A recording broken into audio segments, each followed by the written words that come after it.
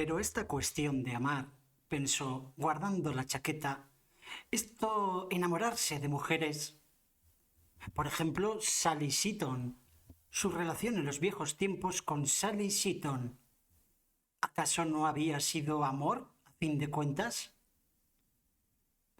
Estaba sentada en el suelo.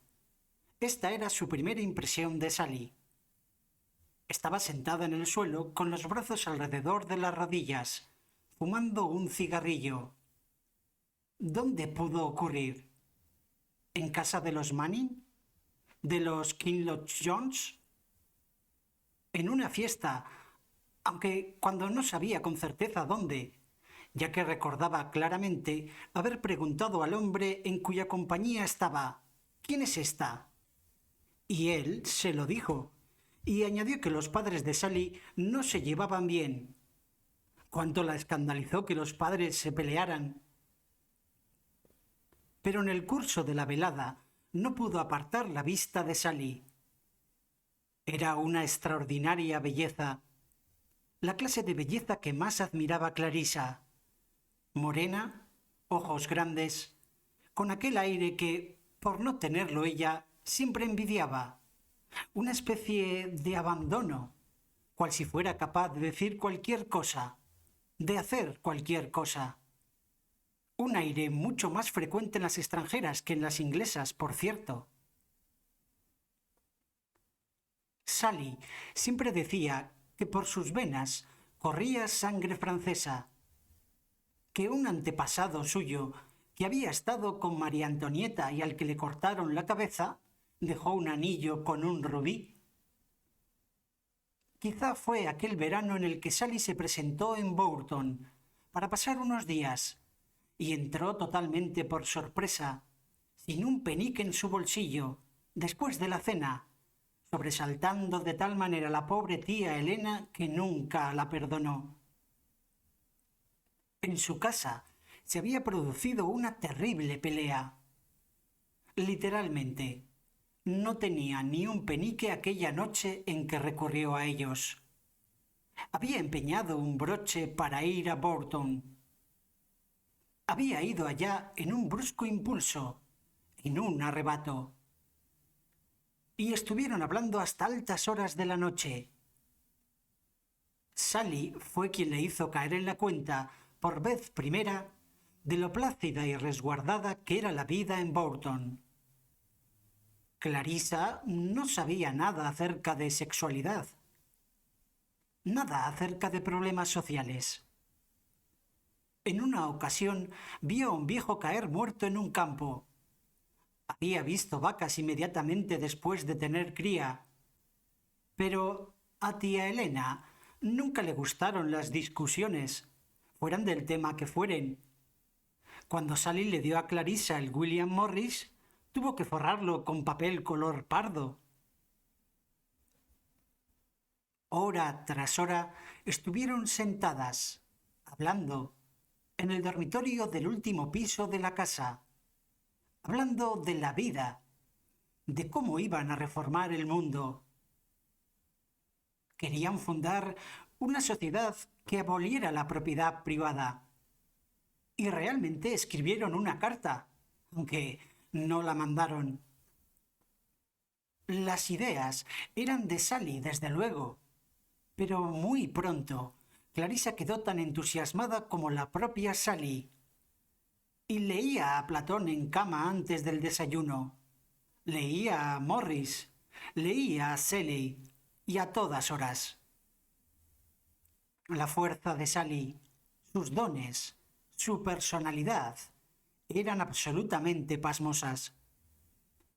Por ejemplo, estaba aquello que hacía con las flores. En Bourton siempre tenían pequeños y rígidos jarrones a lo largo de las mesas. Pues Sally salió, cogió malvas, dalías, todo género de flores que jamás habían sido vistas juntas, les cortó la cabeza y las arrojó a unos cuencos con agua, donde quedaron flotando. El efecto fue extraordinario. Al entrar a cenar, al ocaso. Desde luego, tía Elena consideró cruel tratar así a las flores.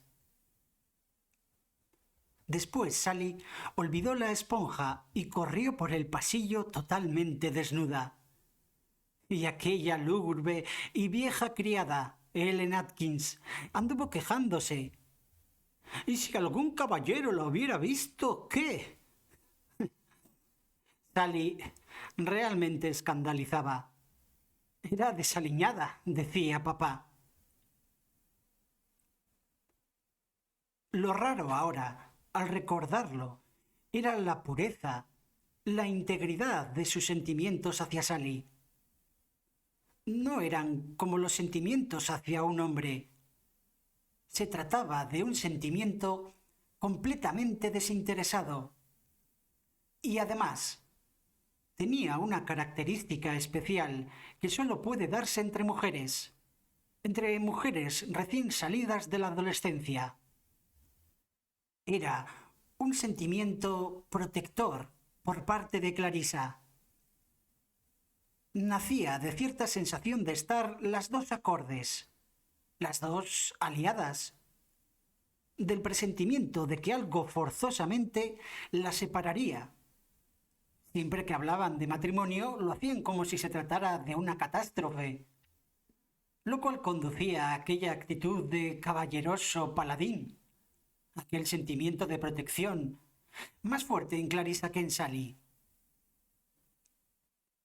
En aquellos días, Sally se comportaba como una total insensata. Por alarde, hacía las cosas más idiotas. Recorría en bicicleta el parapeto que limitaba la terraza. Fumaba cigarros. Absurda. Era muy absurda.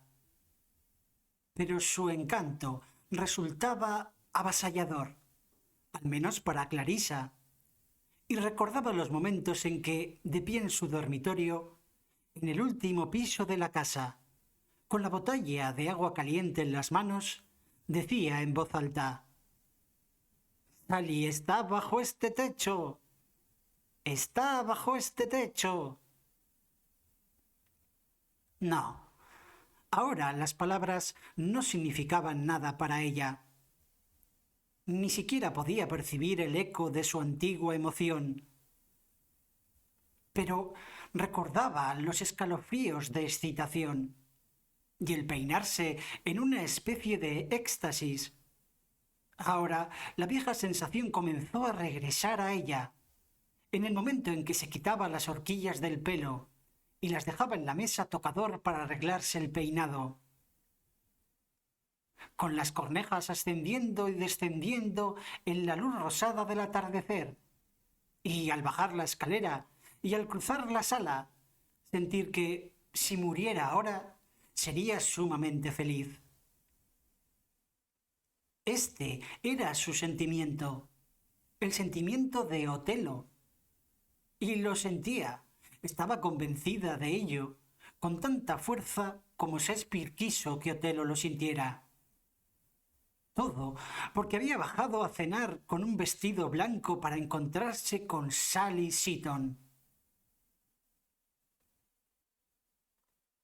Ella iba vestida de tul, color rosado. ¿Era posible? De todos modos, parecía todo luz, todo esplendor. Como un pájaro o como un levísimo plumón que, llevado por el viento, se posa un instante en una zarza. Pero nada hay tan raro cuando se está enamorada. ¿Y qué era aquello sino amor? Como la total indiferencia de los demás. La tía Elena desapareció después de la cena. Papá leía el periódico. Peter Walsh quizá estuviera allí, y la vieja señorita Cummins. Joseph Brakeoff sí estaba, sin la menor duda, ya que iba todos los veranos. Pobre viejo. Iba para pasar allí semanas y semanas, y fingía enseñar alemán a Clarisa, aunque en realidad se dedicaba a tocar el piano y a cantar obras de Brahms con muy poca voz. Todo lo anterior era como un paisaje de fondo para Sally. Estaba en pie, junto al hogar, hablando con aquella voz tan hermosa que cuanto decía sonaba como una caricia, y se dirigía a papá, que había comenzado a sentirse atraído un tanto en contra de su voluntad. Nunca pudo olvidar que después de prestar uno de sus libros a Sally, lo encontró empapado en la terraza. Cuando de repente Sally dijo: «¡Qué vergüenza estar sentados dentro!» Y todos salieron a la terraza y pasearon arriba y abajo. Peter Walsh y Joseph Brakeoff siguieron hablando de Wagner. Clarissa y Sally le seguían, un poco rezagadas. Entonces se produjo el momento más exquisito de la vida de Clarissa, al pasar junto a una hornacina de piedras con flores. Sally se detuvo, cogió una flor, besó a Clarissa en los labios. Fue como si el mundo entero se pusiera cabeza abajo. Los otros habían desaparecido. Estaba a solas con Sally. Y tuvo la impresión de que le hubieran hecho un regalo, envuelto, y que le hubieran dicho que lo guardara sin mirarlo. Un diamante, algo infinitamente precioso, envuelto, que mientras hablaban arriba y abajo, desenvolvió, o cuyo envoltorio fue traspasado por el esplendor, la revelación, el sentimiento religioso, hasta que el viejo Joseph y Peter Walsh aparecieron frente a ellas. «¿Contemplando las estrellas?», dijo Peter. Aquello fue como darse de cara contra una pared de granito en la oscuridad. Fue vergonzoso, fue horrible. No por ella. Solo sintió que Sally era ahora maltratada. Sintió la hostilidad de Peter, sus celos, su decisión de entrometerse en la camaradería de ellas dos. Vio todo lo anterior como se ve un paisaje a la luz de un relámpago. Y Sally jamás la admiró tanto. Siguió valerosamente invicta. Rió. Invitó al viejo Joseph a que le dijera el nombre de las estrellas, y él lo hizo con toda seriedad. Sally quedó allí, en pie, prestando atención. Oyó los nombres de las estrellas. «¡Qué horror!», se dijo Clarissa, como si hubiera sabido en todo momento que algo interrumpiría, amargaría ese instante de felicidad. Sin embargo, fue mucho lo que después llegó a deberle a Peter Walsh. Siempre que pensaba en él, recordaba sus peleas suscitadas por cualquier causa, quizá motivadas por lo mucho que Clarissa deseaba la buena opinión de Peter. Le debía palabras como sentimental o civilizado. Todos los días de Clarissa comenzaban como si Peter fuera su guardián. Un libro era sentimental. Una actitud ante la vida era sentimental. Sentimental. Quizá Clarissa fuera sentimental por pensar en el pasado. ¿Qué pensaría Peter?, se preguntó Clarissa, cuando él regresara. ¿Qué había envejecido? ¿Lo diría? ¿O acaso Clarissa vería cuando Peter regresara que pensaba que había envejecido? Era cierto. Desde su enfermedad se había quedado con el cabello casi blanco.